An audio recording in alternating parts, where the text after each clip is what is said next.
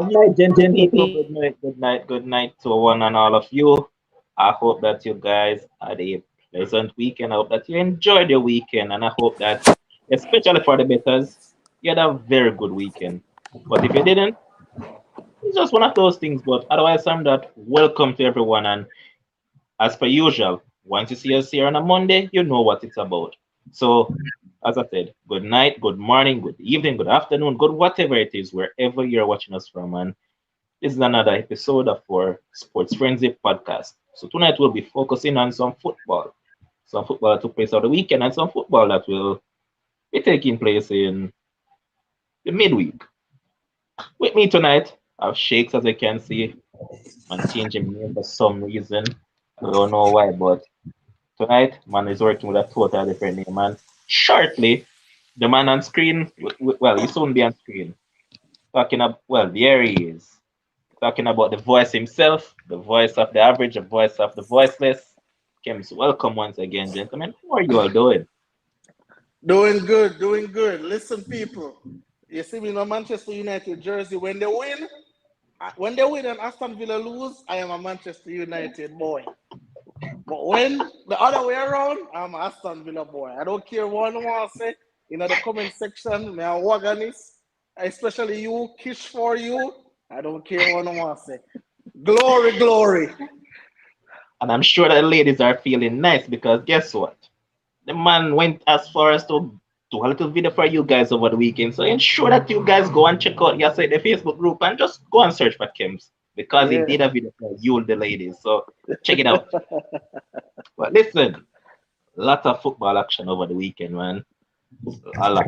And what better way to start it than the first game on Saturday morning?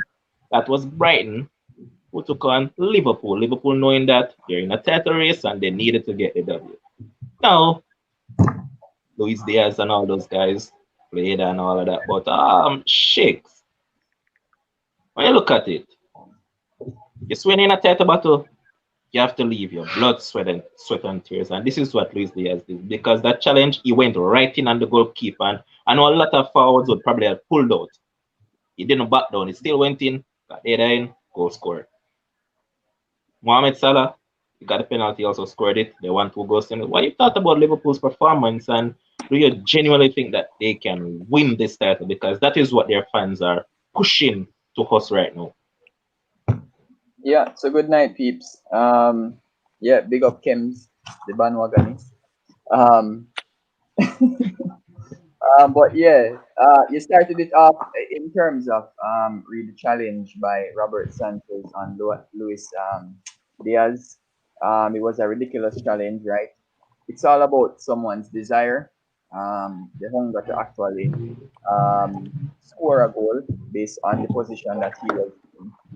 Many forwards, as you rightfully said, would have actually backed out of that challenge because they would not have wanted to have gotten hurt in that situation, right? Because you know that the keepers are a protected species nowadays, right?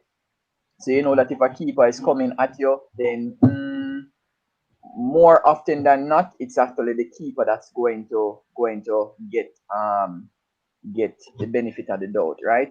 However, Mhm. in this situation, I believe that Robert Sanchez deserved to get a red card based on the height of the challenge, right, and just the idiocy of the challenge, right. He was never ever going to get to that ball first.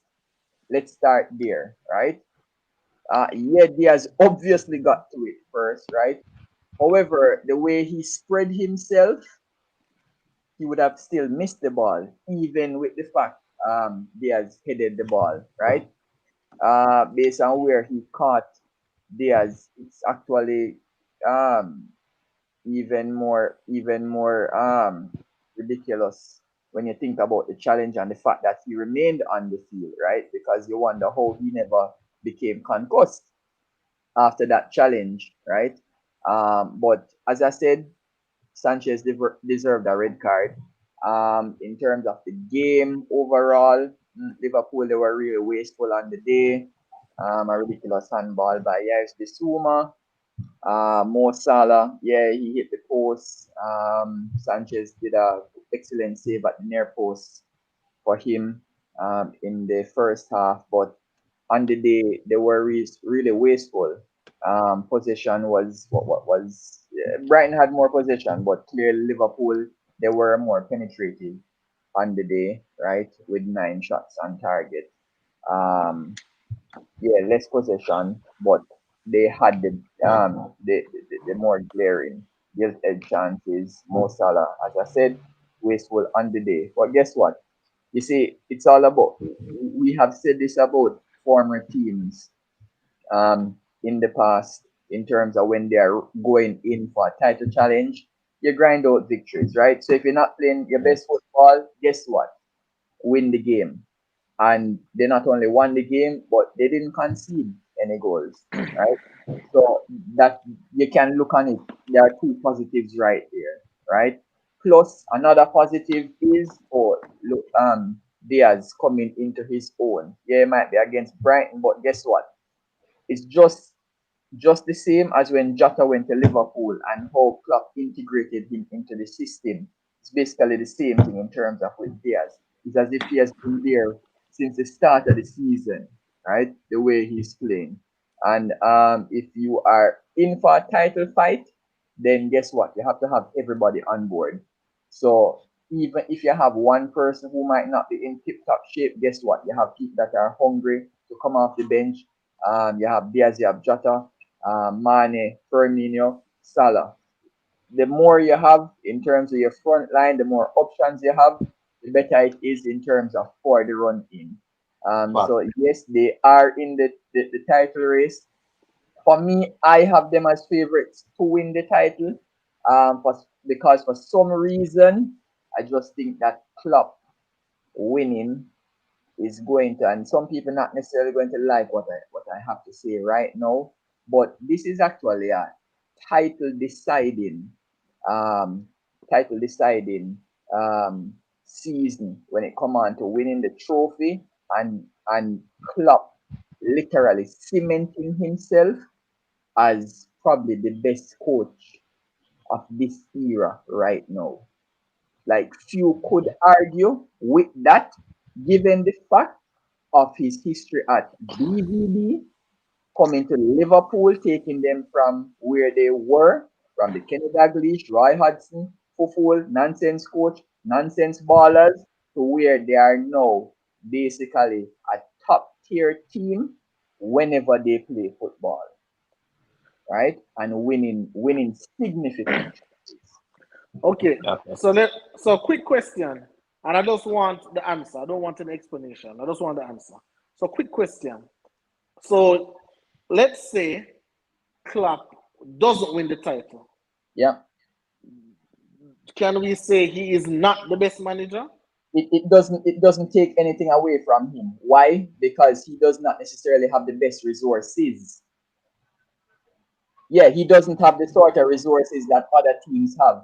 However, he has been able to work magic with What? some of these players. Some of these Where? players So who tell me. literally So would be so also runs so the if magic they where? were playing for other clubs. Hold on, Sheikh. So let us take a look. So Mo Yeah. Salah. Mo Salah Trent. wasn't rated in football. None at all. Well, I mean, at that point in time, it was early. I'm sure if No, Mo he wasn't Salah. rated in football. So, None at so you're all. going. All right. So if Mo Salah was under Pep, you think he still wouldn't be rated? No, but not necessarily as highly. Why? Because guess what? I could tell you that, okay, and we actually had this discussion a few weeks back when we said that when Riyad Mahrez left from Leicester, we had Riyad Mahrez higher than Mo Salah. Guess what? They are not even on the same planet right now. Mo Salah is a god. Riyad Mahrez walking the earth with us. Okay. So and you believe that is simply down to coaching? But it has to be No. because Okay. All because right. because because All if right. I were to ask you which one of them you think have more skill, more ability, there isn't really anything to choose between them, Yeah. but other than their mentality and their I just productivity I just and believe, discipline. boss. I believe. I'm not trying to have a discussion about this, but I just believe that there's more variables. That I don't think it's as black and white as just the coach. But I'll leave it at that. But Levon, what I will say, since Shades already talk about Liverpool, no sense of me regurgitating everything that he said. What I will say though is that let's go back to the overrated manager that I told you about from a long time ago. And you guys tell me, oh, he's in ninth place. He is overachieving. Well, he has lost 5 games in a row, Yeah, but including a. uppercut. You want me to uppercut your argument? Hold on, You no. say I mean, man choose this. You say man choose this man as your coach for your draft team, so that's why I'm gonna lose. That's why I'm gonna lose. That's exactly why I'm gonna lose. That's to choose him. But listen, man. In all seriousness, what he's doing right now is not a good job. Losing 3-0 to Burnley, losing to Newcastle, like he has lost 5 games in a row, right? And I believe that there comes a time like he has Brighton has only scored 26 goals this season. That is third worst. Third worst in the league. Only I think Burnley and Norwich score less goals. That's unacceptable. And don't tell me about now get the money. A lot of blasted teams not getting the money and they're still doing more. If But you're a Kim, coach, you remember what I said to you? Was it Friday? Yeah, I think it was Friday. The show that we did Friday that I said that Brighton, right? They signed Dennis Undav from their basically I'll say sister club over there in Belgium, Royal Union Saint Gilloy. Dennis Undav Friday scored an hat-trick, and I believe he has gone at 20 goals in the Belgian league. So I keep on asking the question: you're struggling for goals. Why is it that you're already way out front in the Belgian league, If you keep on playing as you were before, nobody can pass you. So why not bring the man over to your team that is struggling to score? And then I have to look at that, and I have to look at the coach. I have to look at the coach and look at the decisions that he's making. And yes, some can tell about Marpe, Welbeck, all those kind of persons. I mean, if I'm again, if I'm hiring you as a coach, I know the deficiencies in my team, and I want you as the coach now, as the great coach, to iron out and hide some of these deficiencies. And again, the more the season goes on, because obviously at the start of the season, everybody is up there. Arsenal was leading the league at one time. Michelle, listen, I keep on telling you, with With more more information, information, my opinion opinion is always is subject to subject change. to change. If Uno want to keep for the same opinion, do nothing. But mine will always change. And I believe that, I know Brighton won't do it, but if Brighton is serious and have some great aspirations, I think give him one more season and say, okay, we're going to spend some money and give you what you want. Because right now, Steven Gerrard come in, whop him up twice. Burnley. Be realistic though. The realistic criteria. See, what are really brand expectations? Because as you just mentioned, Stevie G coming in now with Aston Villa, you know that Aston Villa is going to go up here. Yep. Newcastle is going to go up here. Yep. Wolves and those teams' ambition is above Brighton. So wouldn't you probably think that Brighton ambition is probably around 10, 11, 12 But thereabouts? so I'm looking. Want to tell me that this guy is top 3 English coach. So I am saying if I am going to, it's just like this in a level. And if you are running a company and you're going to hire a big name guy out there, you're not going to tell me you're going to hire him to be mediocre.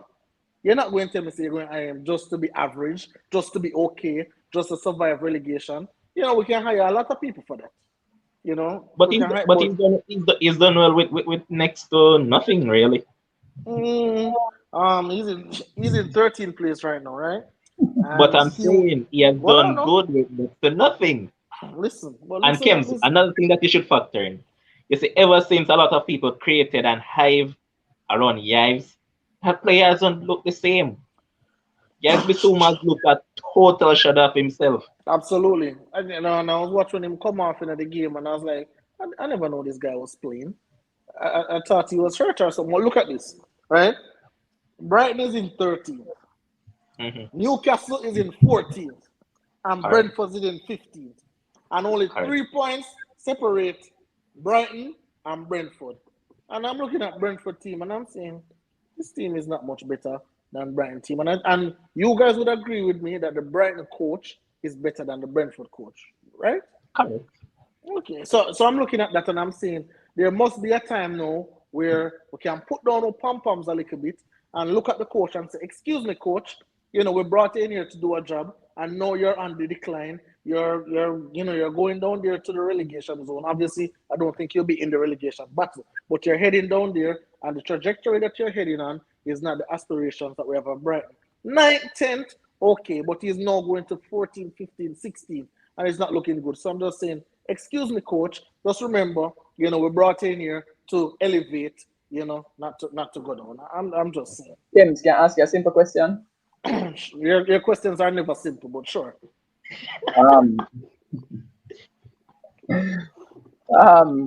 Boy, y'all make me forget the question I'm going to ask.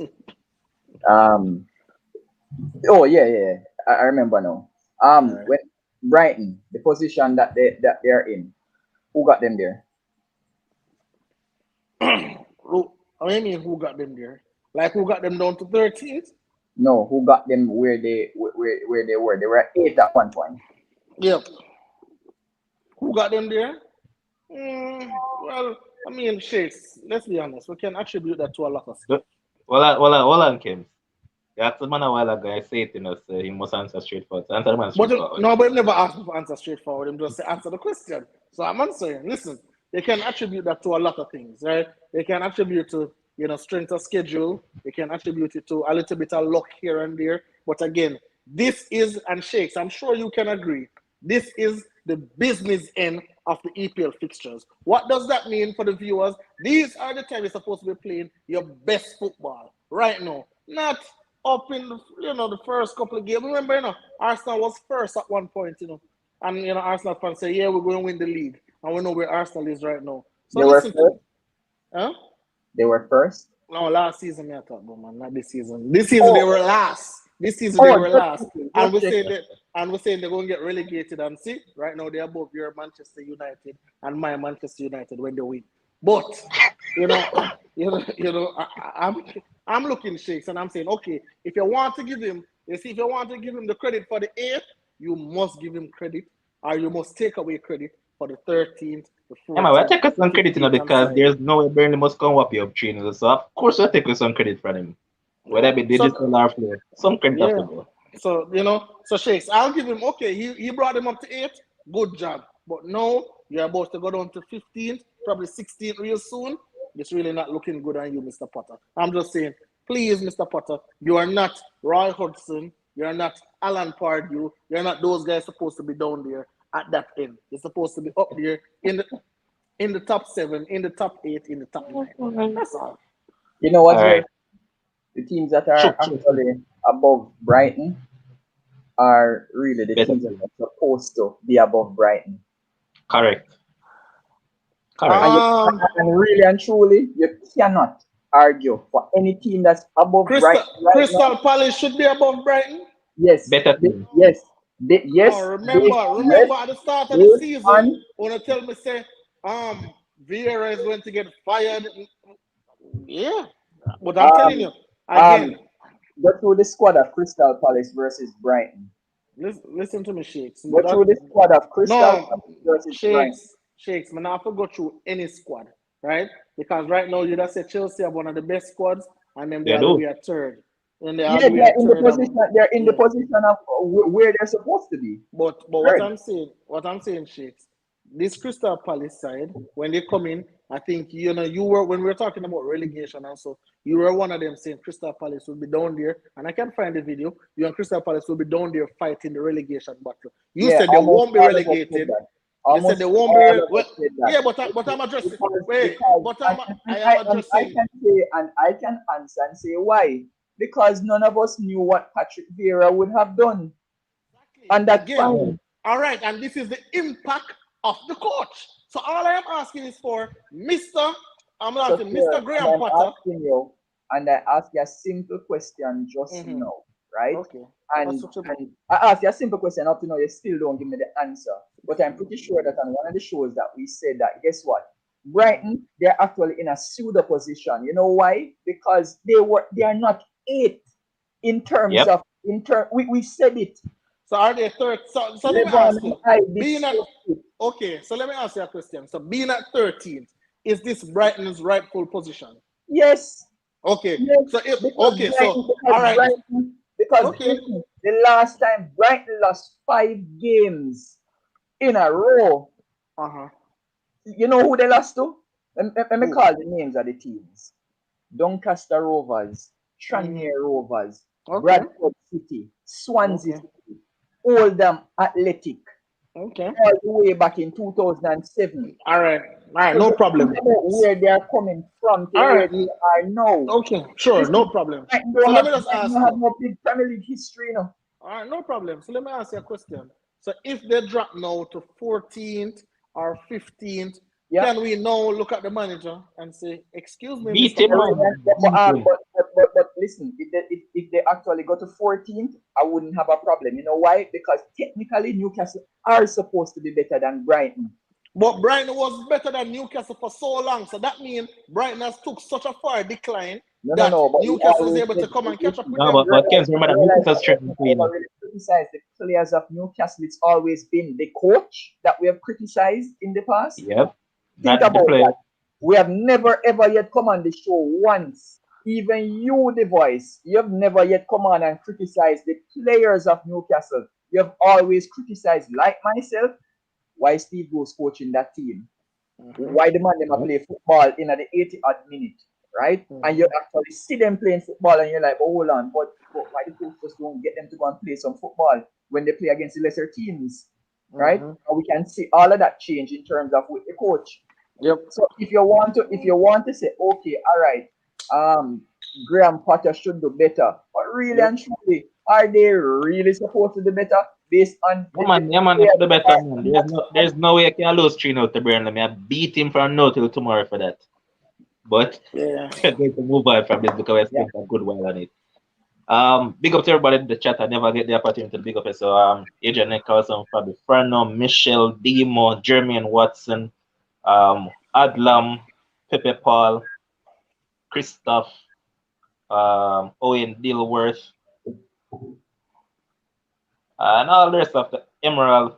Can't forget Owen Green, same way, big up on yourself. And to all the other people that has commented that I forgot to name, just bear with me. And to everybody that is watching and don't comment, big up on yourself, same way. But next game, and listen, Pepe Paul, I told you so. I told you don't take Kems on this one. Brentford against Burnley, I said it's going to either be a Brentford win or it's going to be a draw. Well, Ivan Tony turned up, and guess what? Whenever Tony turns up, um, Brentford tend to win. But talk about that delivery from Christian Eriksen. This is what this man does all his career.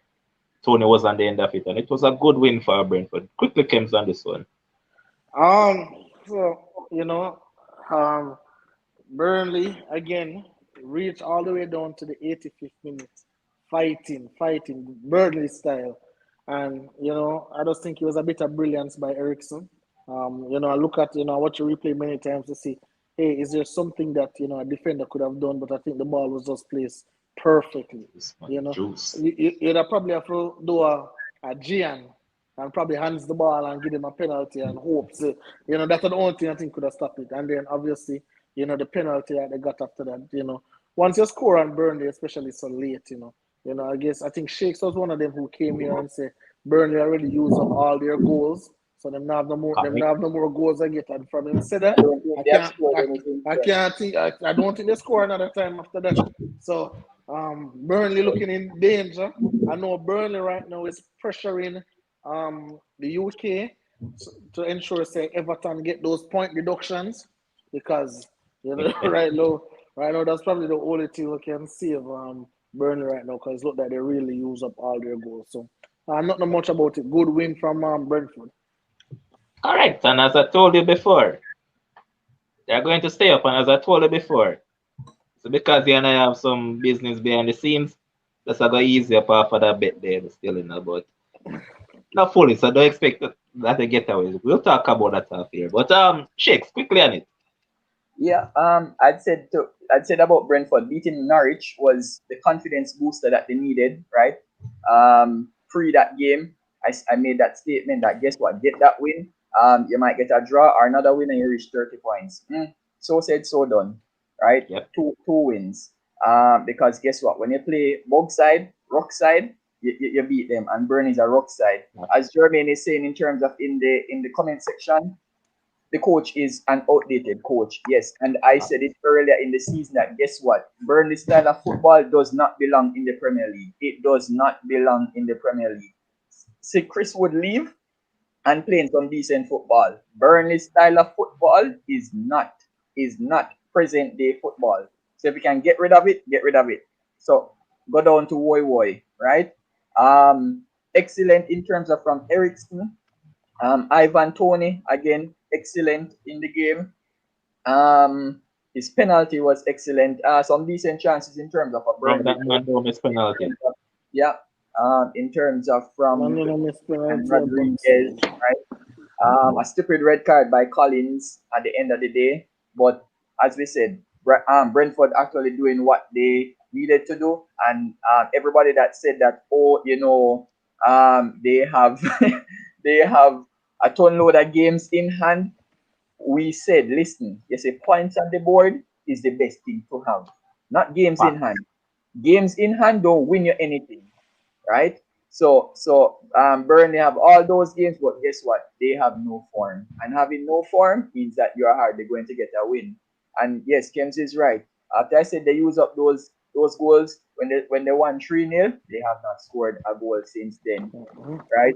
And they're going to have to beg somebody to score for them, right? Probably they're going to need to play against somebody like HM for a certain team and get a nice own goal, right? I'll Okay. say no more. Okay. All right, so here's Fabi Fernandez saying that the Burnley and Brentford game was so open anybody could have won the game. Both teams were fragile defensively. That's true because Yeah, remember that Jay Rodriguez has had a shot that Cannon yeah. off the bar. So yeah, that is true. And Michelle, yes, you did predict Brentford to win as well. So good going, man. I love when the commenters predict as well now because they keep the thing intriguing as well. Let's move on to a game that was entertaining in one sense and one that was comical from another aspect. So I'm going to start with Shakes this time. Man United 3, Spurs 2. Just go ahead and talk about it, then I'll ask you a question about it. Oh Lord. So one thing we know is certain, right? And is class, right? And the class is CR7, right? And everybody else are students. However, not many persons out there are proper students. A man like him is not necessarily the best student. He likes to talk a lot, right? At a certain club, you have a lot of young players that do a lot of talk, right? But instead of trying to learn, have a certain type of hunger, desire, tenacity, right? Have the sort of work ethic that will actually get you to the top. And when we say top, it doesn't necessarily mean to be the very best or in the top two world footballers of all time, right? Or of an era. It's just about being top in terms of being world class players, right? And on both sides, because I'm not limiting it just to the red side, right? But also the white team, right? Where you actually have persons that, oh, you would expect more of them, but guess what? They're just disappointing. And you have a godfather, grandfather on the field who is still the best player on the field. That's ridiculous when you have other players that are supposed to be in their prime and in their pomp. Um, the game overall, both teams are trash, right? But guess what? The team that was less trash on the day actually won. And why the team that was less trash on the day actually won is because the best player was playing for that red team, right? Why he scored 3 goals. Certain players ain't supposed to be at the club. Um, it's as if both teams are inconsistent. Um, Spurs can't defend, Manchester United can't defend. Clearly, Harry Maguire always finds some way to prove that he's an appliance rather than an actual footballer or even a cone that belongs in a football Brothers, field. brothers, stop this, the appliances, them. Appliances have use. Oh, I'm sorry. Um, but yes, Just not a footballer. I can't even call him a cone, right? It's just ridiculous. in terms of money spent on a footballer, you can't think of anything worse in probably the history of mankind where you've spent money that you get absolutely no returns for it. Like I none. can What? think of a few. Huh? I can think of a few. You can think of a few? Alexis Sanchez. No, bro. He was bad, but he wasn't this bad. He was this bad too. Both No, of them, no, no, no, no, no, no, both of them were awful. But just no, that, no, no. And you know why I wouldn't even put Sanchez in that category? Because guess what? We knew he wasn't gonna work. We Hmm, knew he wasn't gonna work, right? okay. And the man was actually in decline at Arsenal versus a man that okay, you say, he's supposed to be going upward in terms of trajectory, in terms of Okay. age. So he's supposed to improve, But guess what? No, I actually wish that he was actually locked away in Greece because there's no point in him being on a football field, right? It's just ridiculous. As somebody say, listen, if you literally put him in a Da Costa Cup game, the school boys would literally outshine him. That's how poor he is, right? That's how poor he is. But as I said, both teams inconsistent. Um, I don't know what to say. What else I must say in terms about Marcus Rashford, right? He's trash, right? And as I said, he probably needs to just go to another club because I don't know. You need a manager to come and hug you up and say, oh hey, yeah, so we're gonna stick by for hold on, but you're playing week in, week out. Whether you're coming off the bench or you're starting, show your worth. Show your worth. You cannot be in a team where a man is your team has 10 shots on goal, right? 8 shots on target, and you have 8 shots on target, and one man has 6 of those shots. You are younger than him. You're supposed to be faster than him. You're supposed to have the desire, the work ethic, all of those things, right? To go out and just show that, hey, guess what? You're playing for a shirt. And as I said, it is for both teams on the day. It don't just apply to the red team. Both teams. Both teams are supposed to show more. Because when you really think about it, it's actually a toss up. Either team could have won. But guess what? Because of one man's individual brilliance, okay, yeah, one came away with the victory. That's all I will say on the game.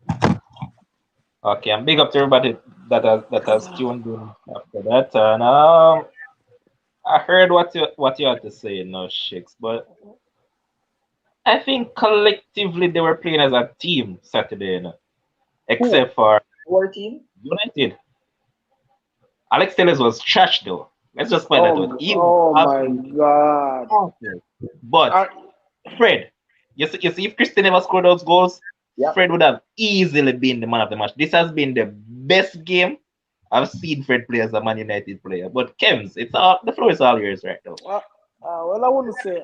I think that's a bit of a stretch to say the I best game agree. as a Man United player. I think he has played some really good games. Even though when he That's why I'm telling introduced you that that dance, it's far and few between. That's why I have to put it at that. but Shakes, what I'll say about your argument, and Mm-hmm. again, I don't know if you have played sports before, but I have. Play many. Play more But than Jack I you. have, right? and the And Shandy. and Marble and Jacks. But hey, I have, and what I'll say is that you see when you lose confidence within yourself, and you feel like no one has confidence in you, like it takes a toll on your game. And looking at Rashford, I am looking at a footballer who has the ability, but he just doesn't have the confidence. And no matter in him head, he might tell himself, say, yeah, he want to this, he want to that. But when you don't have the confidence, when you don't have that swagger, when you don't have that hit factor, and I don't think Rashford has it right now. And I think probably, I don't know, because now he's going to lose his place in the England team. He's thinking about that World Cup coming up. He's thinking about that. A whole bunch of stuff right now. And I'm looking at a footballer. I'm not going to say the man is trash because based on what I've seen from Rashford from his tenure in United, he's a player who can play football. But I'm just looking at a player right now that just doesn't have confidence. All right, about Ronaldo now, I'll say this, and I've said it many times. Ronaldo is my Messi is my goat. All right, Messi. I was wondering where you're going there. Yeah, Messi is my goat, right? But when you talk about a petty baller, when you talk about a petty person, when you talk about a person with a desire to prove others wrong, when you talk about a person on a mission, when you talk about a person who will step up in the critical moments when you need them most, that for me, those things will always be Ronaldo for me over Messi. Because again, I go back to the Champions League game. I'm not saying Ronaldo would have won that game for PSG, but best believe you see those runs where you see Ronaldo make to get him head on the ball, to take shot from way out just to make the keeper work. Even the one that didn't score, but when him take the one touch and then like something like him toe punch it and the keeper save it, just to put the keeper in action. Ronaldo is a man who always do that. He will go down swinging. Messi will not do that. Messi will sink with the ship. Ronaldo will be like, hey, you're crazy. One can sink if you don't want, but I'm going down swinging. Messi will be like, all right, guys, let's go down together, guys. Let's go down together. So, what did they do with you, though? What they did with you? I can't believe that you come on the show saying all these things. Yeah, I mean, it's the truth. No, I know, but like the voice of reason has he actually arrived on the show tonight. No, man, shakes. This is a man in the shakes. You see, sometimes you have to just sit back and say, and this man really be the voice of average. The man makes some brilliant points sometimes. Yeah, but I agree with what he's saying, but you see, him saying it, like, I can't believe that he's actually here. So Shakes, when you come onto the show, there are three controversial fellas on this. You, Kims, or whenever Sherwin turns up. You're the guys that keep this thing intriguing, because even though sometimes you guys might know that this is what the people want to hear, and they say, yo, we're not going in there. Let me just reason from a different standpoint. And I think Kims is that sort of person. He's going to reason from the third person view. Yeah, man. But carry on. Yeah, but so when you look at that again, so I just think that's for Ronaldo. And then I look at the totality of the game now. What I didn't like about Mr. Press Conference is when United went up 1-0, taking foot off of the gas, invited the pressure. You see, if we had a good, steady defense around there, I would say, okay, invite the pressure, no problem. But we literally have Maguire and Telles, Dallo. Come on, man. We're not supposed to. We're supposed to take control of the game until. But anyway, we invite pressure. Game go 1-1. We'll go up 2-1 now. What I'm doing again? Invite the pressure again. So I think that part of it need to sort out. But Cristiano Ronaldo. Do you think it's a coaching issue or it's more a player issue? Because we have seen this passed on from coach to coach to coach to coach. So I could say it's a player's issue more than a coaching issue now, because under Ole we saw the same thing. They went up, and when they went up, yesterday kept on inviting the pressure, because Lataya, this is what I'm saying to you, because I see Kish for you in the comment section saying that Tales didn't have a bad game. It did have a bad game. You know why? Most of Tottenham's attack came down our left hand side. They would rinse him all day long. Matt Doherty, even though he wasn't crossing the ball well, Jan Kulusevski were reeking about that side. What? Them did not kill him. Hey, Tellers look to me. Whenever I play a ball yet, and I'm gonna pass and I say, yo, can I get a game? That's how Tellers look to me. That kind of ball. Yeah. The man just don't look polished as a ball. And I think, him and Maguire and all of them agents rob United to the 10th power. Them rob them. Tellers is not a Manchester United player. I think they're about 15 to 20. But the thing about Tellers is that Tellers is one of those footballers that he only will strive in. He's striving in a Chelsea system. He's a three at the back. That is thing, because as long as this man knows that he doesn't have any defensive responsibility to do, he'll be okay. But as long as he knows that he has to defend, you won't see the best of Tellez. So, shoot. No, what I say though is that him crossing the ball was good. His set pieces were good. That's the only thing I'll give him. That's it. But I want you guys to also notice without Bruno in the side look nice. The side look nice. The side is more balanced without Bruno. It is. And I've been saying that even when Bruno used to score the bag of goals, I used to be like, guys, but look at how many times this man misplaced the ball. McTominay was missing as well. Exactly. And even with what Kems was saying in terms of the whole invitation of pressure onto the team, yeah, Levon, you're right. In terms of, it's not just about the coach, it's about the players. Because Pogba said it in his interview that guess what? He don't understand why them stop play football. Like the teams just stop play football, right? And as I said, you can't have one man in a game. You can't have 10 shots on goal, 8 on target, and only one player, right? Have those shots on goal, so on to the rest of the people. Yeah, because the rest of the support. Even from midfield runners, where you're going to have some shots on target, because at the end of the day, as I said, it's not like Tottenham have the best defense. So the same way Tottenham, they're able to run at us, the same way Kulusevski was able to literally run whole day, right, and have the freedom.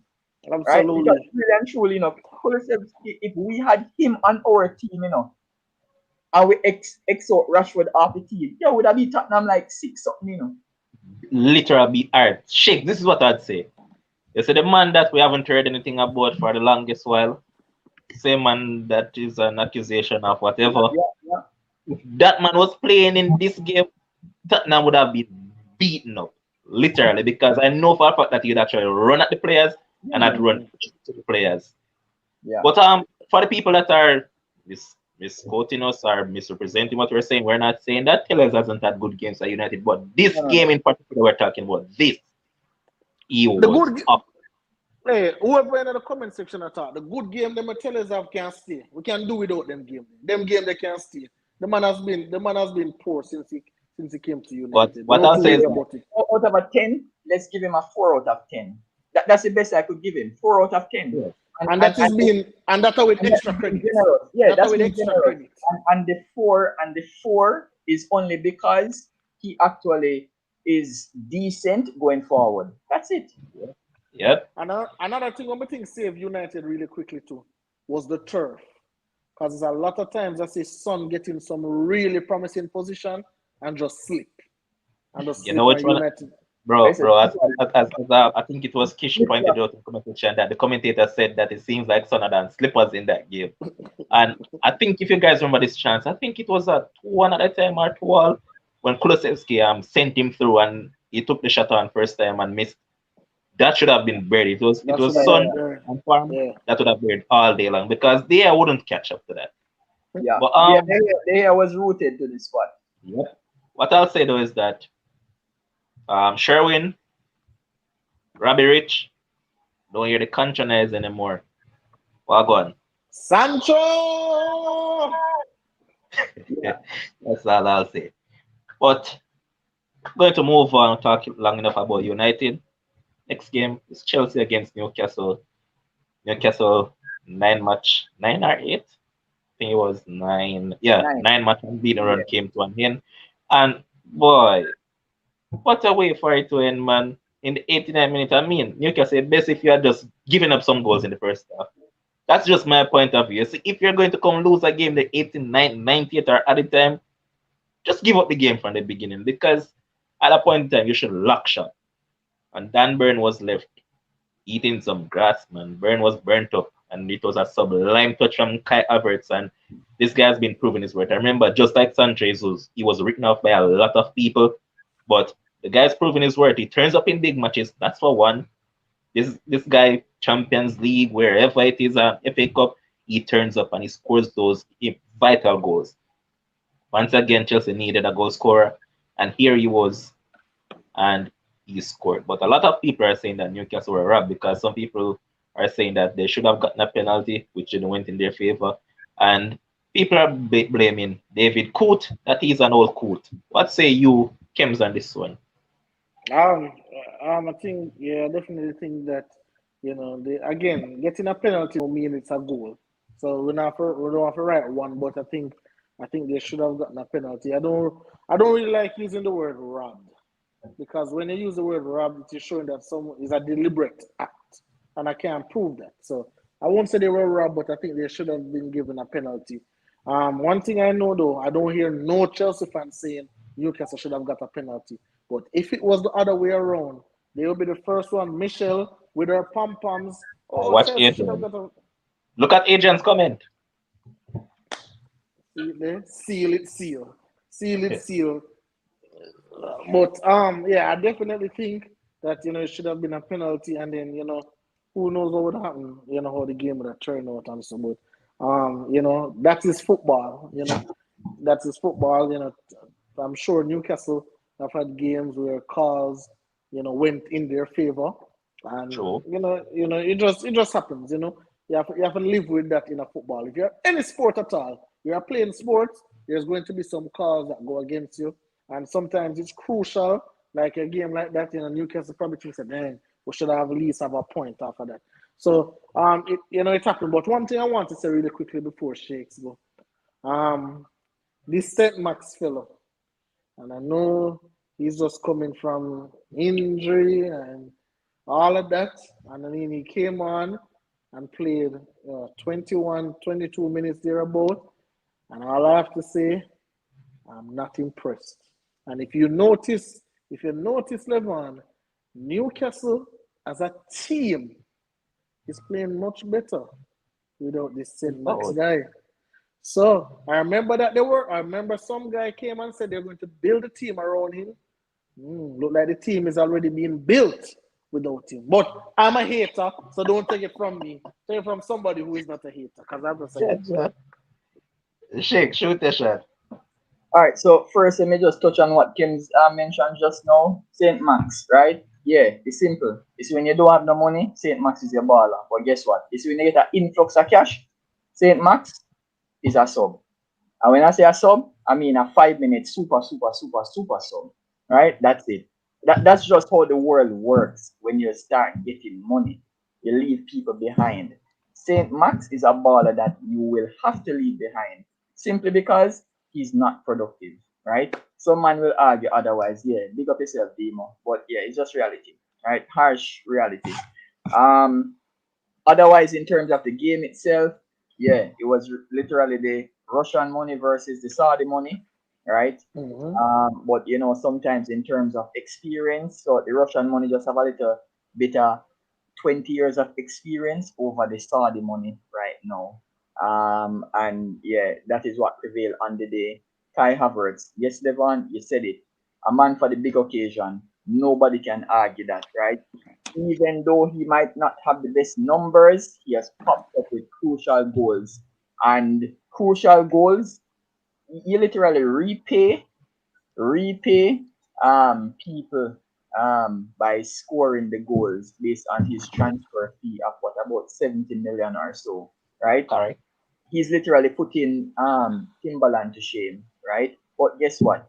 Timberland used to be actually a famous footwear all the way back in early 2000s. Listen, you realize that a war is going on in Ukraine right now? It is 2022. Timberland now wearing nowadays, But right? so let me ask a quick question. Yes, Let me segue a little bit. yeah. So can I say that Kai Havertz is more clutch than Mbappe? Here we go. I'm not Yeah. saying better. I'm not saying better. I'm saying, can Here we say we that Kai Havertz go. is more clutch than Mbappe? No, Why is that? This man, because Mbappe, again, Mbappe did it on the biggest of stages at the World Cup. so that one thing that he did is bigger That than one anything. that one supersede all that Kai has done. Okay, okay. I'm just asking a question. I have no rebuttal. I'm just asking a question. Well done, the voice. But All listen, right, we're going to yeah, move on. Next game. was Leeds against Norwich. And once again, I called this one, and if you guys were following, you would have gotten a perfect score. I said Leeds were going to win 2-1, and they did win by 2 goals to 1. And Rafinha is one of those unlucky footballers. I mean, he had like 2 shots that cannoned off the bar. Um, Daniel James did that thing. Rodrigo scored the opening goal. Norwich equalized through a team of Pookie assist. But there was this young fella, and I don't know why they keep on putting pressure on the youth so much at such a young stage. They keep on calling him the resurgent or the reborn of Wayne Rooney. But I just hope that they ease up of that a bit. And I'm talking about Joe Gillard. He was on to give Leeds the first win on the Jesse Marsh. And as I said, Leeds are going to stay up. Kems, what you have to say? All right. So again, this further cements Sheikh's point about getting rid of these old managers. Like, and I know he's not that old like the rest of them, but he's old in football terms. Like Dean Smith, again, I said it. He should have never gotten the job at Norwich. You just did a terrible job with a better squad, and they're expecting you now to come and save them from relegation. Make it make sense, right? So again, from Dean Smith took over, I said, I wanted the previous coach to leave, but Dean Smith wasn't the answer. That's one. Now two, um, Pepe Paul, I said that this game would be either over 2.5 or both teams to score. Yes. Yep. So that's a lot of money for you. I only got the Burnley one wrong, and I hope you didn't buy that because everyone told you not to. So I really hope you didn't buy it.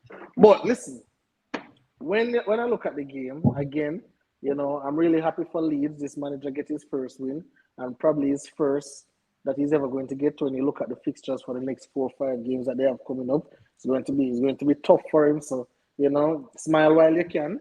But I'm looking at the Norwich team. I remember the guy that was raving Pookie. I don't know what happened to him. He's looking real pukish right now. Every time I see him play the forward, I want to puke because he's not playing good football right now. And I heard that he was one of the best strikers out there. Absolutely not. He's going right back down to the championship. And it really looked bad on Norwich. And I hope Dean Smith doesn't get another job. But He happy for will. Leeds.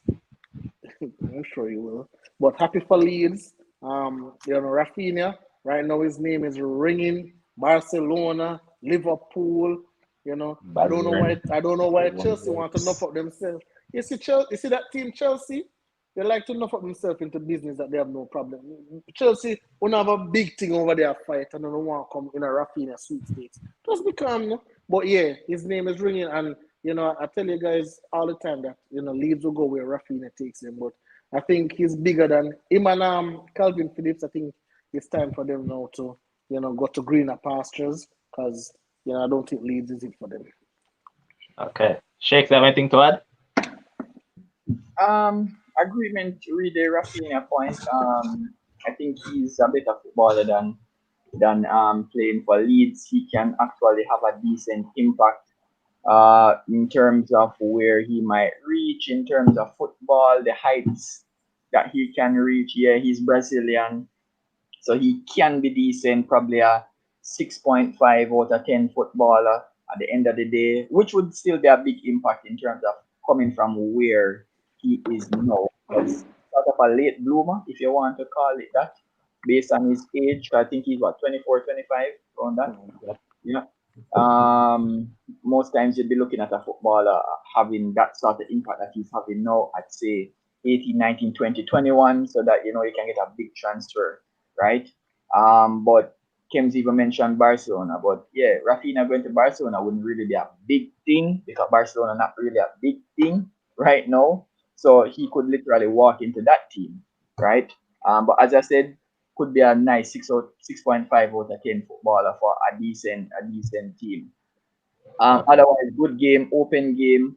Um, at the end of the day, I think the Leeds players they were just hungrier than the Norwich City team. In terms of the loose balls, they were basically first to the loose balls. Even the goal that Rodrigo scored, in terms of James coming on and it basically coming into Rodrigo's path. Huge deflection, but guess what? is about hunger and desire. And guess what? You know you're playing the worst team in the league. I keep saying it every single week when you're on the Monday show. That if you play the worst team in the league, beat them. I said the same thing for Brentford, beating Norwich. So if you are Leeds and you want to move away from Everton, beat Norwich, right? You just beat the worst teams. If you are struggling to find wins, if you are struggling to score goals, guess what? Try get all the confidence that you need, especially as Kim's pointed out that the schedule is actually going to be tough for them, and they're going to have difficulty in terms of, oh yeah, they might be optimistic about probably drawing a game, scoring some goals against the other team, but really and truly based on their form, all they have to do is just hope, right? Yeah. So it was an excellent 3 points for them. Norwich, bye bye. But we have said that like weeks now, right? So every single Yeah. day is just another buy being added to the previous buys. Yeah. All right. The next game in which we won't really touch much on is Southampton against Watford, and as you know, Watford got a 2-1 victory. Couture Hernandez with a double. Southampton is on a slide. I mean, we had this one as a W. We told the people that they could have went for a double for Southampton, but it wasn't to be. And I think Watford is trying to make some noise, but I think again, as Kims would say, they made the wrong managerial appointment, and this man can't save them from the job. So Watford going down as well. Well, really quickly, right? So I don't know if he's listening or whatever, but I have to give Ryan his props because Ryan did come on and he said that, hey, don't watch Southampton right now. Once they know that they are safe, they're going to start playing bad football and start to lose a lot of games. And so said, so done. So I have to give Ryan his props for that one for sure. All right, and a game with way more significant interest to our panelists. West Ham 2, Aston Villa 1. The voice, what happened to your other team? Well, it's not my Just, team, just, but just by camera. Good. Yeah. listen, what can I say? I think on the day, I think West Ham was the better team. I think in the final third, I think they were better. Obviously, they scored 2 goals. We score one. I think from the get go, West Ham played like they wanted 3 points and not 1 point.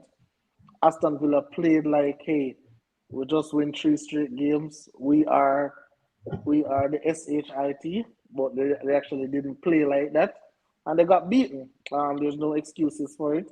I think Aston Villa could have played better. Once again, they put on that Jamaican. I think Gerrard is giving him some more auditions to see if he can save himself, and clearly he didn't. So I'm sure he's through the door as soon Would as you blame him for the second goal? for Because remember that he West was the Ham. one that was attacking him, and then he went down trying to buy a foul, and he didn't get the foul, and then West Ham transferred the ball quickly, and I Yep. mean, good ball by Declan over the top. Yep. No, it wasn't Declan. It was Dawson, Craig Dawson. He was the one that played the Craig ball over the Dawson. top. Was it? Yeah, Isn't that Shake's defender? correct. And also But listen, let's not forget that Declan Rice had a good game, but in regards to the goal, would you put some sort of blame on him Sorry, for I it? missed that. What did you guys say about my defender? you made a pass, Oh, which is not his primary duty, but he made a I pass. thought you guys were mentioning. But listen. Um, if I'm to come out here and blame Leon Bailey, I'm just Gonna be seen as a hater. seen as a hater. However, in the in the context of it, what can I say? You weren't foul and you're trying to buy a foul. In a situation like that, again, it comes down to me, situational awareness. I don't know why you're underground, you don't hear no whistle, get up and run back and try and do something for your team. Again, I just think it was foolish of him at that point. But I'm not going to harp down on him for that because I think I've beaten him enough. But I can look at that. But I just think overall, I just think on the day, I just think What's West the Ham was better. performance? Yeah, I just think True. West Ham was better. I think West Ham deserved the 3 points. And again, I don't know, do we? I think we have Arsenal coming up next, I think. Correct. Thereabout. Yeah, I think that. So obviously, Arsenal is on red hot form, and we pride ourselves on not losing two back to back. So we have to refocus, and get back and see if we can get the job done against Arsenal, trying to help out Manchester United. Let's say about Declan. It was good. Yeah, he was good. He was good in the game. Man. He was good in the game. Okay, okay. All right, Shakes. You have anything to say before I get to you with Everton against Wolves? Um, One thing or no, let me add two things. Rice and Benrahma excellent in the game, right? Um, yeah, and two, humanity won at the end of the day with Yarmolenko scoring that goal, right? Yeah. I'm surprised Kems didn't highlight it because Kems is a man that always talk about scripts Mm-hmm. and how he loves sports and the sort of scripts that The are storyline written. and something. Yes. Absolutely. Mm-hmm. Yeah, so It slipped my mind. I'm really surprised that he didn't mention it. But yeah, as in the emotion, the fact that you can be cheered by everybody in a stadium, like literally. Yeah, Aston Villa would have lost, but guess what? Okay, Yarmolenko scored. You lost Yeah, because the Ukrainian scored a yeah, goal. Okay, yeah, absolutely. that is fine. Like everybody's still happy at the end of the So day.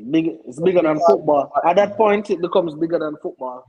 exactly, just because of what is going on. So that for me Absolutely. was like the biggest storyline from that game.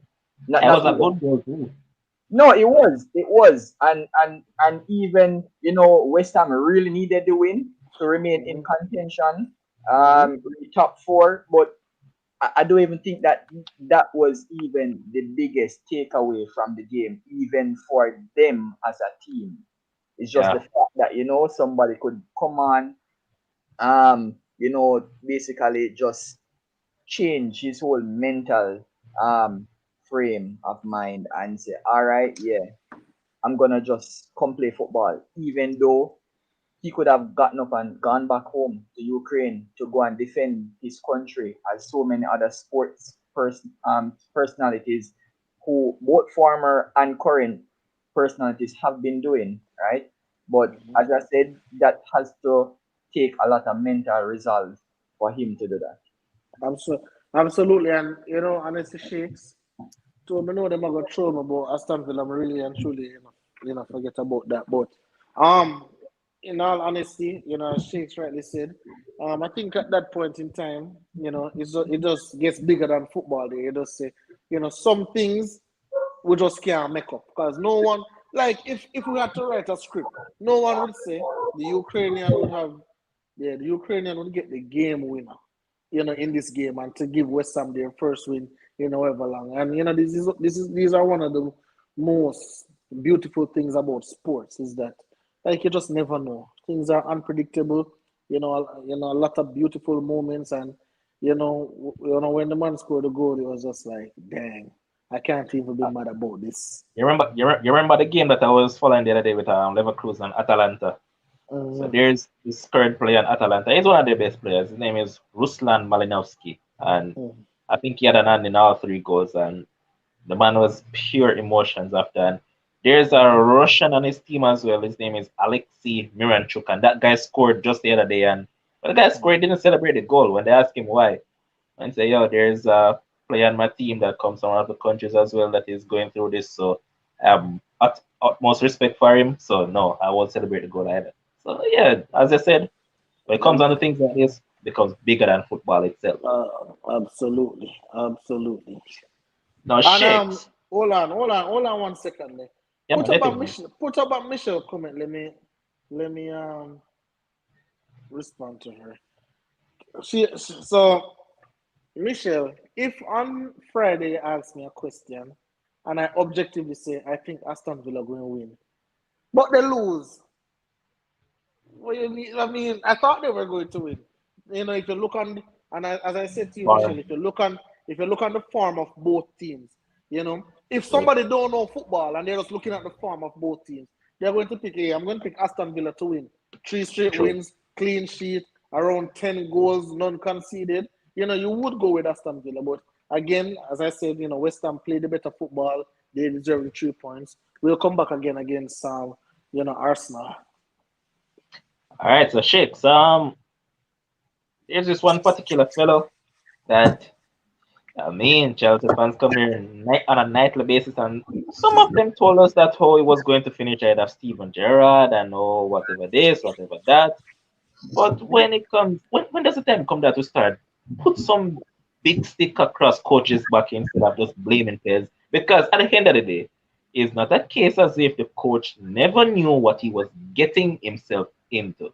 So Everton nil, Wolves 1, and the fake John Joe, as I said, that's not the real John Joe. The real John Joe played for Newcastle. The fake John Joe got himself sent off. But Shakes, you can go ahead and answer to the question I asked. When do we start putting a big stick across Lampard back? Oh boy, Frank. Frank just can't coach, right? Plain and straight. Can't coach. Plain and straight. And I've always said it that you see, white people, former players that do well, always get the preference. You know that I'm always for young managers. However, Copy. that does not necessarily apply to every situation because you can't necessarily show favoritism just because, right? And for me, with Frank, it is very evident that this man just can't coach, right?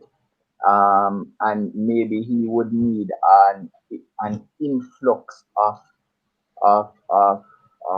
world class talent, a very excellent pool for him to actually look like he can coach, right? Because as you rightfully said, there's no point in him coming on every single week. Okay, if they play decent, okay, all right, yeah, good. But if they play bad, he's gonna get up and blame the players. But you are the coach, right? So it's either you're going to accept the responsibility and responsibilities that come in terms of coaching that team, and you just said it. It's not as though he did not know what he was getting himself into. We always come on and say that, listen, he turned out the Norwich job because clearly the players at Everton are better. However, it was clear the rut that they were in. And I don't remember who on the show always point out that guess what? This camper van that Lampard is trying to drive right now is a camper van that is literally filled with players of so many coaches, right? That's Ryan's point. Ryan, all right, yeah. As I know somebody always talk about it, right? So if you already know that, listen, and really and truly, we can identify and say that, guess what? But you're not enough the coach.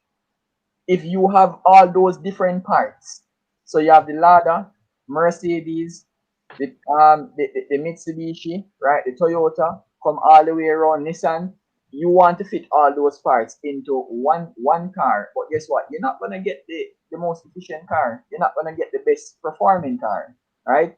And it's evident that if you don't know how to do it as a proper engineer, so he doesn't know how to do it as a proper coach, you're obviously going to always end up with bad results. The only thing that could literally save you, is some individual brilliance from some particular players on the field, right? That's the only thing that could literally gain him points.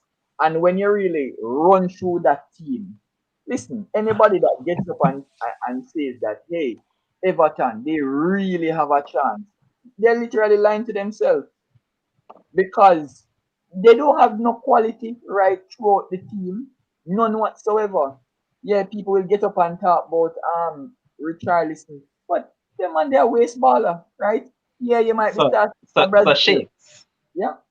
I got cut you right there because Michelle is here in the comment section going at us all now. She's saying that I remember a discussion about giving young coaches I time, just touched on that. give them a chance. But clearly, when it's Lampard, that does not apply. You addressed that earlier.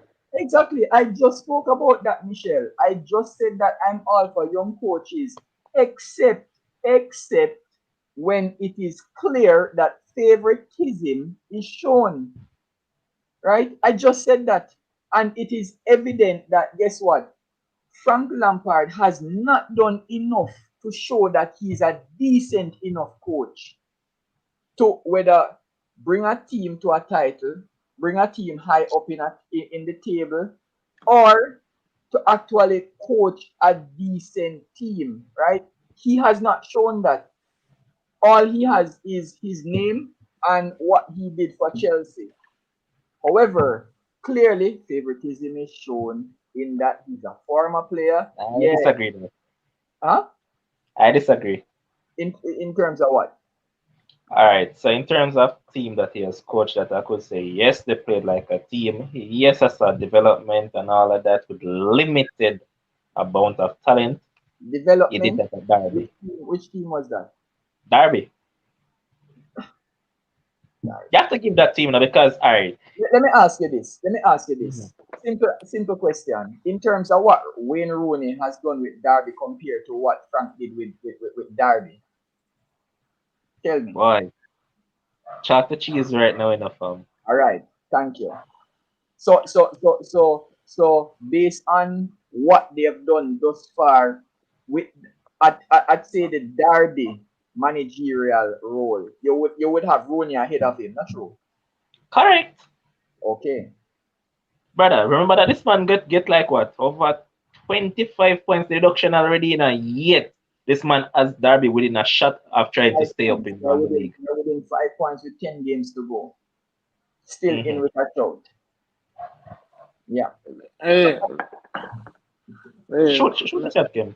Yeah. let me, Happens. oh yeah. Let me say something really quickly. So let's say on the 9th of November, 2021, Frank Lampard turned down Norwich job.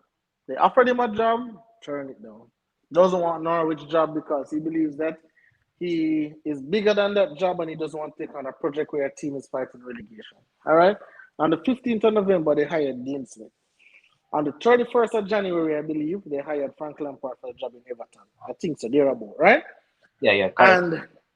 And from Frank Lampard, and then now let's look at it. The last 6 games for the big bad Everton that he decided that, okay, I am the manager for this one. And you knew all the challenges going into it. So I don't want to hear any excuses.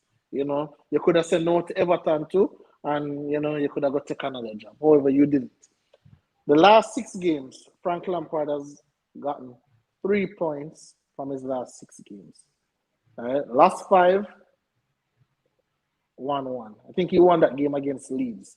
That Leeds had to use the same players that they used midweek because they didn't have a deep squad. And Michelle and Ryan came on here jumping up, premature ejaculating. Yes! Talk about Lampard now. And I said, hey, calm down. Leeds don't have a team. You know, show me what he's going to do against others. Okay.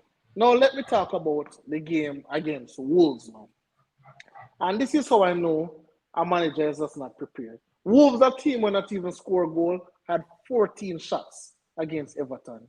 Like, when I'm looking at that, I have to look at the manager. And again, Levon, I've said this many times, this manager has not have his team prepared to play football, right? You are right above the relegation zone. There is no urgency in the team. There is no urgency at all, right? Now, let us look. Wolves had 62%. Wolves is not even a team that possess the ball. So if anything, True. I am expecting Everton to have the possession, Wolves sitting back, and then play the counter attack and then try and get a goal and win the game. Absolutely not. Quick question: So how much no, games has he played? How much games has he played? How much games has he managed with Everton? from January, I think around. I don't know. No I man, can check overall it shit. out. Oh, overall for Everton, Yeah. she's going All to right. us Let's in put the it. Let's chat. let, let's put it I'll at check. 10. I'll check. Yeah, man, check it for me. Check it for me, Shakes. Check it. All right. But The reason why I asked, you see out of that amount, we can say that he has played 6 in the Premier League already. I know that off the top of my head. I think they have played either 2 cup games. It is either 1 or 2. Stand corrected. But let's say out of 7 games they have played, I can only pinpoint 2 games that I could say, yes, I saw something different. I could say, yes, absolutely. I saw what the team was about. The game they played Absolutely. against Leeds, as you just pointed out, even though Leeds faced all the circumstances, right?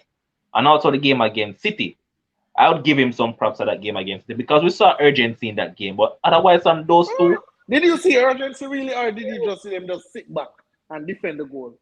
What most teams they do tried to do against City. something. They tried to do Okay. something. But All right. otherwise than So that, I can't find any other games that could say, okay, I saw him try to do something. Because this. remember Mhm. against Tottenham, this man wait until he go under 5-0 to make any substitution. Who does that? Jokes. That one I'm saying is like this man has lost the plot. All right, listen. Lampard Lampard remind me of the guy who the girl right here so want him, but him think him bigger than that. So him want the Miss World, him want the Miss Jamaica, him want the Miss Universe. But no want the regular girl in there, him want the Miss Universe. And then when you go up there now for Miss Universe, you realize that I'm really not Miss Universe quality. I think Lampard overestimate how good he is as a manager. And when the challenge now reach him, say, hey, this team is not perfect. This team is not Chelsea with the function. This team has some dysfunction. As Ryan has pointed out, this is probably 4 or 5 managers squad put together. So this team has dysfunction. So now you bet on your abilities to come and change around this team, but your abilities is just not good enough. And again, I don't think he's as stringent as Steven Gerrard. I don't think he's as commanding as Steven Gerrard. I don't think he's as tactical as Steven Gerrard. So when Adrian Nicholson came in the comment section and I said, Adrian Nicholson, I bet you millions of dollars that Frank Lampard will never finish above Steven Gerrard. Not because I believe that Aston Villa is much more superior, but I just believe the coaching style, the preparedness. I've watched Everton over and over, even against Wolves. You're literally fighting a relegation battle. Your team is not prepared to play. Your players are lackadaisical, Come slow on, to the Adrian. ball. The man is No, not talking about Ole. Focus on the matter, and the man is talking about Lampard. Why are you bringing Ole into the well, conversation? well, well. If you want to talk about Ole, remember what Ole do to Lampard. Let us let. If you want to talk about Ole, remember that Lampard has never finished above the table, above Ole. Remember that Ole beat up Lampard. I think it was 2 or 3 times in the season. What you talking about, Mr. Nichols? But we're not even talking about Ole. I'm seriously talking about Frank Lampard because obviously he's an English guy. I'm an English fan. I kind of want the guy to do well. But what I don't like is when you guys with the sensationalism run come Lampard. No, let him get some time to prove himself. I believe, in my humble opinion, go back down there to the championship, get some more experience. Just get some more. Don't you want to come for these jobs with a lot of adversity and stuff? No, those are for different kind of managers who have been there and done that. And then if Everton get a point deduction right now, I don't know where I'm going because it's going to No, man, them go good, down. man. Them good. You know Oh, why? yeah. He has experience managing in the championship already. They're Oh, good, okay. man. But what I'll say Yes. is that I'll add to your point. I said it to Ryan, and Ryan kind of was trying to say, "Oh, it's because he had a young family and whatever you not." But I said this guy should have taken the Celtic job, go and win some free trophies, and build up a resume. Win Yeah. some trophies. That's what Steven Gerrard did. Man, go to Rangers, the Rangers job, build up him resume. That's what Build, Lampard should have done. yeah, Crystal build Palace a wanted him. resume. Yep. Crystal That's a Palace build. wanted him. He turned them Oh, they down as wanted well. him before Vieira. Correct. You He turned probably on the have job Crystal. again because as Ryan said, he had a young family and whatever you not. So I'm not sorry for the guy. The guy decided to take the Everton job in spite of knowing what he came with. So face the reality and do whatever you have to do. Yeah, he would probably Now, have Crystal Palace down 15, 16 right now, if that's the case. So, hey, Crystal Palace dodge a bullet. all Mm-hmm. right, then next one, Arsenal they won 2-0 over Leicester, and that is the next clone. Brendan Rodgers is that clone. There's no way you can have Yuri Tillemans and Wilfred Ndidi. Ademola was being your best attacking player, there were some other Barnes, and have them all on the bench and didn't sub any of them on until it was way too late. And Arsenal are now what 11 matches unbeaten, I think, and they have won 9 out of the last 11, going quite good. Odegaard playing some good football. Martinelli, Saka, and Lacazette doing the same thing that Sherwin used to criticize Demo about. Demo used to come here and tell us about Firmino being that link between the rest of our players. Sherwin used to say he doesn't want any players like that. But guess what? That's The exactly same what thing Capazet Capazette is is doing. doing. Yep. But not much to talk about here than Arteta have them playing some good football and yeah, Brandon Arsenal fans are Brandon back out in the Rodgers numbers. Brandon Rodgers need to do something about this set piece thing, brother. Like So, this thing I get out of hand right now. Like you need to do so, something about it. Like, I don't know. If me can't take penalty, I make sure say majority of my training session, I am working on the penalties or whatever. This man realized that there's a deficiency in the team where set pieces are concerned, and I guess correct. you can't tell me say I work on it because you can't work on it and steal somebody. So I just think him just neglect it and just say, oh, Bro, and I think. you realize what happened for the goal they concede first? Luke Thomas, I think it was Luke Thomas who was the one that was marking Party. I was supposed to be Ricardo Pereira, but then again, either way, that's a mismatch. And if there's a mismatch, it obviously means that you're not practicing enough or you're not doing a Exactly. job on that. And And remember that, not communicating as well. correct? And what else? And Luke Thomas will just run past the ball. Exactly.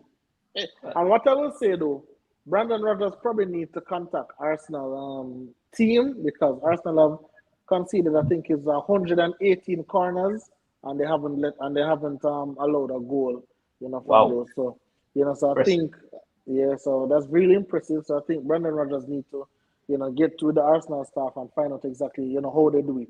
But I think it's True. simple communication, simple X's and O's. But Leicester is what? Leicester is in 12th right now. Just above Brighton. So I would say that is Leicester's rightful place, especially with the coach that they have and obviously the injuries that they've suffered this season. To Vardy and all those kind of players. But Arsenal is going really good and they have games in hand. Games are Yep. not points, but still games in hand. We're confident. But Aston Villa will help out Manchester United, and Liverpool will help out too. So, that's two help that we will get. All right, listen, Owen Green. Don't let me have to beat you with a piece of broad belt. What are you talking about Rogers worse than Lampard still? What the hell are you talking about? Rogers won a League Cup with Swansea and all those teams. When Lampard can do those things, I mean, that All this right, man all at Liverpool like just a slip away from winning the EPL. Lampard you can know, boast that.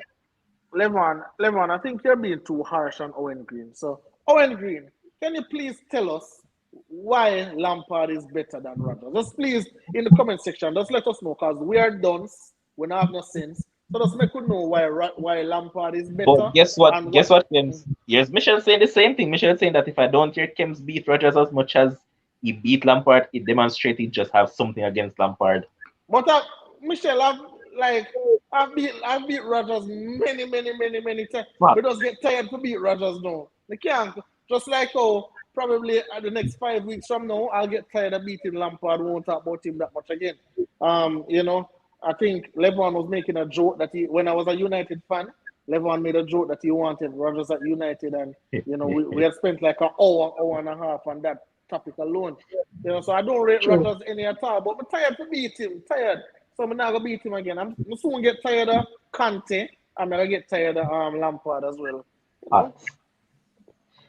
All right, Shake. So the final game of this match weekend, boy, Man City nil with Palace, and Palace has kept a clean sheet against them twice this season. Now this draw has kind of opened up. The territory is a bit more for Liverpool, and if Liverpool win their game against Arsenal, they close within a point of Man City. What you have to say about this one, that Shannon fella? Ah, boy. You're muted, Shakes. Oh, sorry. Stoke defending by Crystal Palace. Crystal Palace just seems to have some. It's like a bogey team for Man City at the end of the day, right? Um, What do you consider a bogey team? a bogey team. Yeah, A bogey team is a team that you should beat week in, week out. So 110 times out of 10, you're supposed to beat them. And you go and you get an unfavorable result. Because you know I asked the question and Kemsky had alluded to it because I pointed out since there. They have played against each other 20 times. City has won 15, Palace has won 3, and the other 2 has drawn. Mm-hmm. But So bogey would you team in really terms consider of that team recent to be a time, bogey team? bogey team in terms of recent time. It's just like when Okay, fair enough. Burnley used to be a bogey team for Liverpool. Even when Liverpool Fair they were enough. flying, they couldn't get positive results against Burnley, right? Even when they had 70 odd and 80 odd% possession against Burnley, Burnley used to just get a 1-0 victory or them draw, right? But Liverpool just could not get the positive result that you would expect. It's the same thing in terms of for Man City versus Crystal Palace today. Man City had 74% possession, right? 740 odd passes in the game. You're telling me that you can't score one goal? 700 and odd passes and you can't score one goal? So what the hell you come show up on the day? It's like you're literally completing a training session when you're playing when you play that type of football.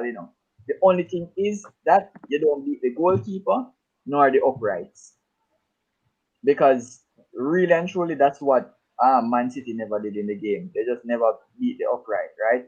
I mean, Cancelo had a shot on goal. Was it De Bruyne who hit the post Bro, too? they're piss poor in the second half. Yes, Literally. David Silva had a chance in the game, David right? Huh? David Silva. You just said David Silva had a chance.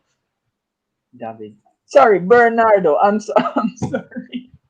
Yeah, I'm sorry. Bernardo Silva. Yeah, man. You know who I'm talking. Bernardo Silva. Sorry. But Bernardo is playing like the former David Silva in terms of his gameplay and thing. Yeah, but I don't know why my mind went back to him. But You're yeah, watching Bernardo cricket, man. Silva That's had a. why. Huh? You're watching cricket. Yeah, man, I'm watching the cricket also. I'm hoping for West Indies to get some more wickets in the game. But yeah, at the end of the day, Man City, as I said, they got all these chances. They just never took any on the day. I didn't really have a problem in terms of with the lineup that they selected, because as people always argue that whichever team they put out, I think Ryan was the one who said it, that is basically like their first team, because their players are Alex, so interchangeable, right? In terms of the level at which they perform. And yeah, you might have a preference for a couple players when you play a big team, but when you're playing a team like Crystal Palace, yeah, you're going to dominate position, you're going to dominate the final third. So you would believe that the sort of creativity that you have in your team, you're going to get a goal, even though they're not really playing with any significant forward in the game, right? As I said, it's not because of the lack of chances, it's just that they weren't efficient on the day, right? Um, as I said, Crystal Palace, they just dug in. That's all I can say about Crystal Palace. As you just put up somebody's comment just now. I don't never even realized whose name it was, but they were talking about Cafu, Nesta, Maldini, Vidic. Because listen, they basically just defended like their lives depended on it, right? And sometimes it's about grit and determination and believing that guess what, you can actually get a positive result even when you play the very best teams in the land, right? And sometimes it has to do with the manager's mentality, right? And yes, Kems will give Vera all the praise in terms of his mentality even as a player back then. And you have to really wonder, even the guy that we were just talking about, I won't call his name, but Michelle knows exactly who I'm talking about because she wanted to stop talking about him, right? But yeah, as in, you have to wonder about the mentality at the end of the day. Because at the end of the day, yeah, Crystal Palace, they just dug really deep. Disappointing result in terms of for Man City on the day. However, it now opens a lovely title race. As we said, for a couple of weeks now, it has been on 8 weeks ago. Man City had a 14-point lead. It might dwindle down just down to one if Liverpool actually beats Arsenal. Yep, there you go, 14 points. Yeah, so it will dwindle down to one if they beat Arsenal, and it's going to be a mouth-watering game in terms of when Hey, Liverpool play Man City. hey, hey, give us, hey, Adlam, again. I mean, no want to stay upon this thing, you know. Give us some more context. It wasn't only 14 points behind. How many games were in hand? Give us the full context of everything. Because you were telling us that Liverpool was 14 points behind. What you're basically telling me was that they played the same amount of games. Liverpool was 14 points behind. And then Manchester City crumbled so bad that now is only basically a 1 point or quote unquote 4 points. So let us Yeah, give the man, but, proper context. it's Let us actually give the true, proper man. context. It's Huh? actually true. As in, it's not really about games in hand. It's No, just no, that no, no shakes, They no have had shakes, really no, positive results. no And shakes. Man City, even though they have not lost many games, they have drawn some games. They draw one game. They draw one game, 2 games now. They drew against Southampton and they come and draw now against Crystal Palace. Yes, Yeah, and this so, for the camera. yeah, Huh? but over the eight This for the weeks, camera. Oh. it's No, over no, but the 8 weeks. no shakes. They cut the gap. Shakes, but listen what I'm saying. I am saying when you're coming to make a point, don't only try to, not you, but Adlam, don't only Mhm. try to make a point to suit your team. Let us give the full context. Let us say Liverpool was 14 points behind. However, they had played, Man City had played 4 more games, or 5 more games, or 3 more games. Let us give the full context so everyone can understand what's going on. There are probably some viewers who don't know football like that and saying, oh God, Man City walk and see 14 points and Liverpool come catch them up. Just let us give the full context and not only sway things to suit our narrative. That's all I'm asking. One thing I'll do though, he's one person that I'll probably give some props to because even when Liverpool fans didn't believe this Adlam guy, he was one person who believed. I remember when we were saying that Salah and Mane after Afghan and all of that, and he said that they would be okay. He said, "Don't worry, we will be okay," and he was indeed correct because they got some results right in there. Minamino turned up, and all those guys turned up, and they Exactly. got favorable results. So Adlam, hats off to you, man. You were correct on that one. You made a And bold remember call. now, Levon, it's the draw against Southampton, the loss against Tottenham, Yep. and this draw now against Crystal Palace that have allowed Liverpool with the 2 games in hand that they had at the time to cut the Yeah. gap. But still advantage City. Yeah, yeah, They're naturally. leading the table. They're leading the table. So still advantage to them. All right. So we're going to segue a little quickly to just run through these two Champions League games tomorrow. So first up, Man United takes on Atletico Madrid. I'm sure that Sheikh is saying Mr. Champions League will turn up tomorrow. And I think that this guy, they said they missed the Man City game because they went to Portugal. I think, as I saw, I think it was Crystal said it, that nobody can tell her otherwise that this guy never went to Portugal, go wash off the saltness. So look at the man go wash off and come back ready to fire some goals. So Shakes, right? So United to beat up Atletico tomorrow at Old Trafford. So guess what? The most goals in Champions League history, the most goals in the knockout phases of the Champions League, round of 16 all the way to the finals, right? Most goals. CR7 always delivers on the big night.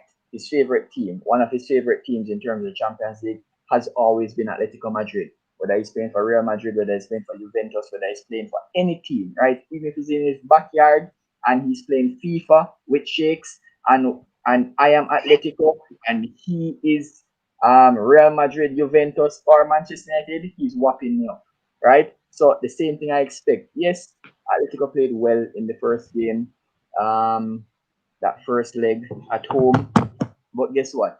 Um, you see, when you have a striker like CR7, and when he hits that They're confidence seven. booster, right? Um, he's basically gonna be in another zone come tomorrow. And let me tell you all this. You see, especially because a certain team called PSG drop out, it's actually added incentive for When Manchester Kemp's United just petty. just to make the next round. Listen, it don't even matter if Manchester United drop out. So any team that we play in the future, right? It don't even matter.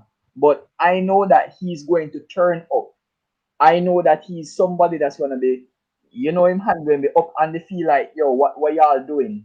Like we're supposed to beat this team, right? Because there's no way anybody's supposed to say, oh yeah, based on the state that Atletico in, I don't see why they should start as favorites over Manchester United. Um, I believe we have players that can be more impactful in terms of on the day. I hope that Jadon Sancho has an excellent game. He The has, rest he of has the fun play. memories of Atletico because he beat up them 4-0 with Dortmund and he scored in that game too. Yeah. Um, they have excellent link up play. Once you have somebody that's willing, and there's no better stage to find somebody more willing than CR7 when he hits a Champions League night. And everybody knows, he knows that everybody's going to be tuning into that game, right? Because, people going to be thinking, all right, Messi's out. Let me see if Ronaldo is going to be out too. Or on the other hand, oh, let me see if Ronaldo is going to make it through while Messi is back home, right, on the farm. So yeah, he knows that people are going to be tuning into that game.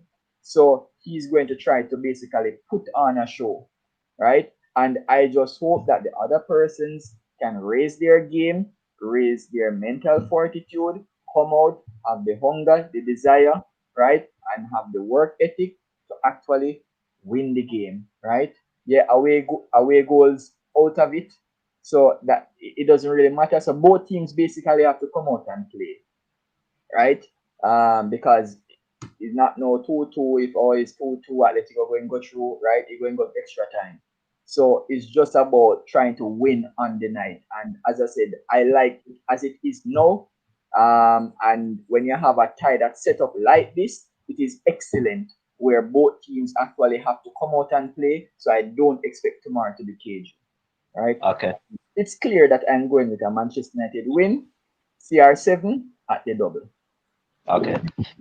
All right. Here's Michelle saying that Mr. Mentality will show up. Not sure about the other 10 though, except there. Michelle, this is what I don't like about you people, You guys are so short-minded and short-sighted. I said that over the past 2 months, Jadon Sancho has been Man United's best outfield player. No question asked about that. So why is it that we're painting and tinting a picture as if it's only CR7 that has been doing anything? Come on, let's be Well, fair. Kims, go ahead. well, Levon. Well, you know how they watch football. It's whoever put the ball in the back of the net. They are the best player. They're the greatest thing since sliced bread. And I'm not downplaying the fact that goals are important because goals are indeed important. However, it's more to the football game than just the goals. And as you said, Sancho has been the best player, and he's just playing phenomenal. But for this game, right? Um, Listen, as Shakes rightly said, and as I've said earlier, I believe the pettiness of Ronaldo will show in this game. Messi gone home. The fans booing Messi in PSG. I just scored a hat trick. Oh God, no! In the Champions League, remember, Atletico don't like see Cristiano Ronaldo, nowhere. Worse in the Champions League, don't like see him, right? So looking at all of that and looking at the high that he is on, I have absolutely no doubt that Manchester United will win this game. And I know he'll score. So I'm giving United, can't keep a clean sheet because them can't defend. And what's his name? Felix? Felix Correct. Felix ran them red the first leg. So I'm not sure And, if the and same. guess what, too, Kims? In his last 5 games, he has scored within the first 10 minutes of each game. See it there? Them unleashed Felix now. So he's going to be running around the corners in the back line that we have. So I'm going with a 2-1 Manchester United victory. I think Manchester That's good. United will make the game harder than it needs to be, as they always do. Right? They'll make it much harder than it needs to be, but I think at the end of the day, it will be a 2-1 United win. Okay. And the next game we're looking at, I'm just want the score line from it because there's not much to talk about then. I need Eric Ten Hag to get through this and then probably face Man United in the next round and gets knocked out, and then he shall come over. So Kems, Ajax, Benfica, 2-2 as it currently stand. What's the scoreline here for that one? The scoreline I'm giving you for this one, I'm going Ajax 3 goals to 1. Okay. Shakes, your scoreline. Ajax to win 2-1. Okay. Adlam saying that allow no CR7 fans. What happened before this weekend? I didn't hear Huno about the CR7 crap of time run for City. Time run from City. Okay. Um, Bobby Fan, I'm not sure if you're watching, but you were one of those persons that requested me to do this, and you said I should put a little light on it a bit. So over the weekend, the Jamaica Premier League took place, and I'm sure that Christoph is another one that is in tune to it. So um, in the games that took place over the weekend, Waterhouse got a 2-1 victory over Tivoli. Harbourview got a 1-0 victory over Veer United. Mount Pleasant, my team from down there in St. Ann, they drew 1-1 with Arnett Gardens, who are being on the rise since Tiga Davis has come in. They've gone, what I think, 7 or 8 matches unbeaten. Humble Lion, with all the whole players, don't know what Andrew Price is doing down there. Andrew Price is a man that love these sort of players from his boys stone days, and he has a lot of them over there. They won 1-0 against Mobile United, who, as I said before, they're going right back where they came from. And then you have Mullines United, who lost 2-0 to Cavaliers. Cavaliers finally got a victory. They won today. And again, one thing that I'm kind of happy about is that they didn't play all the games on the same field, and they did play some at Savannah Park. So at least they're probably thinking, but they need to do better with the organization. Honestly, they need to do way better with it. I mean, the overall infrastructure and how they deal with things. It can be better. As we keep on highlighting every week, we're happy about Hey, I have a question, Levan.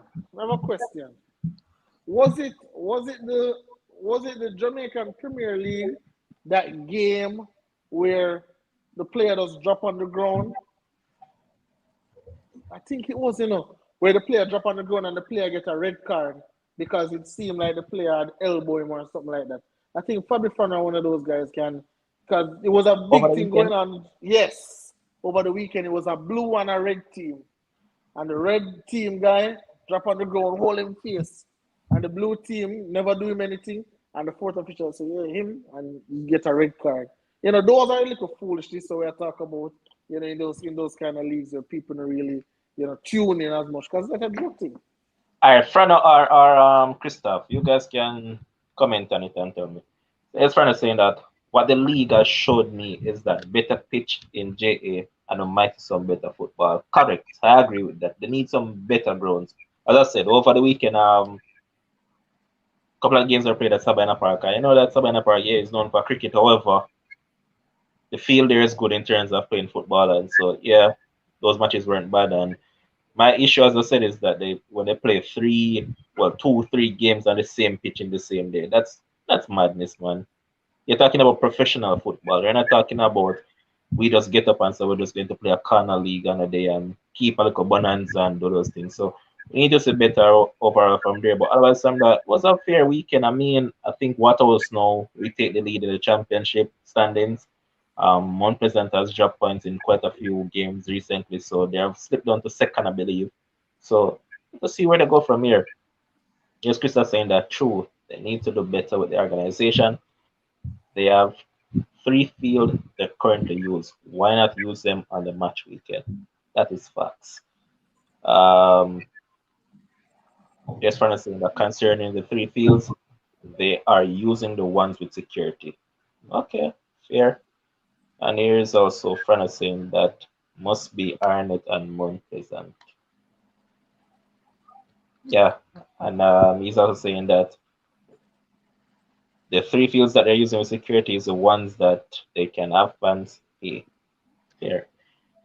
So I'm just going to go around to both of you guys, and if there's before I get there, I want to say congrats to Brianna Liston, Supreme and 22.66, basically slowing down. Impressive, man. And only one Jamaican has gone faster than that, It's Brianna Williams. But we know that there's one particular athlete who is way out front. Do I need to mention a name? Christine Mboma. She is the fastest under 20 athlete. She has run 21:87, I believe, and she's way out front. And I don't really want to get into much of that because she's an alien, to be honest. And this female has been training with cheetahs and those things. Those are what she has been running with. So that's the level. But big run from Brianna Liston, and also congrats to that Casey fella. I'm currently forgetting his name. I think he does a triple jump.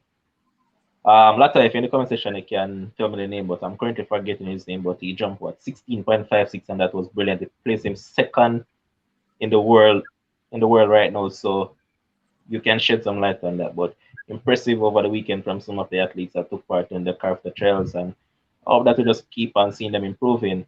Also that guy from JC, Javon Blake, he ran 147. Yeah, Jaden Ibert is the person that I was forgetting. Like, thanks. Um, Blake ran 147. Could have been a bit faster, but not getting too hyped up about it because of where the world standards are at. So yeah, that's it. So here's Michelle say that her final means West Indies have unchanged squad for second test against England, Levan and Shakes. What are your views on this? We'll talk about it on Thursday, Michelle. We'll give her a take on that because that's just crazy. Well, not necessarily crazy. All we need to do is that get us drop Vera Summer from all and bring in Kyle Mayers. That's it. That is just it. But Shakes, you're meant to talk about any specific topic that you want to talk about. All right. So I guess I'm going to touch a little bit on the Chelsea situation. Yeah, people can look at it from different angles. I don't know if you guys have really talked about it that much. But it's a very unfortunate situation. Why I say unfortunate because yes, the club has benefited in terms of from Abramovich's wealth that he has acquired, and for those of you who don't know necessarily know the history, that's really down to Putin in terms of him gaining his riches, and many of the oligarchs really state-owned stuff that they basically just handed over to people over the years, the people that have been aligned to Putin. However, what I'm not in agreement with, really sanctions and all, is that players are going to be affected, people that are at the club, in terms of, people that are lesser off on the payroll are going to be significantly affected. Yeah, you can always stop the merchandise, you can stop people from going to the club. However, I don't necessarily agree with people not necessarily being paid or they don't know what their future holds.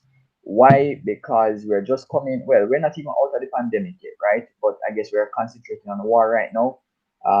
So to move from that, if you want to say secured spot in terms of, you have a salary coming in every single week, to basically being uncertain to the future of the club. I just can't agree with what the government is doing right now. It's better you get up and just try to get the club sold so that the club can literally move forward, move away from Mr. Abramovich, right? In terms of what sort of successes they might have in the future, that doesn't even matter, right? It should be about the people. And if you are complaining that persons are suffering in Ukraine because of a particular individual in terms of Putin, aren't you doing the same thing in terms of allowing people to suffer just because of the association of Abramovich when you do certain things at the club? There's no significant difference other than you are not firing missiles. That's the only difference, right? So for me, I just can't be in agreement. And I hope they can come up with a suitable resolution as quickly as possible, right? So that the club and the people can actually move forward. That's my name. Aaron Duncan, are you in the Manchester United Facebook group? If not, just comment and let me know. All right, Kims.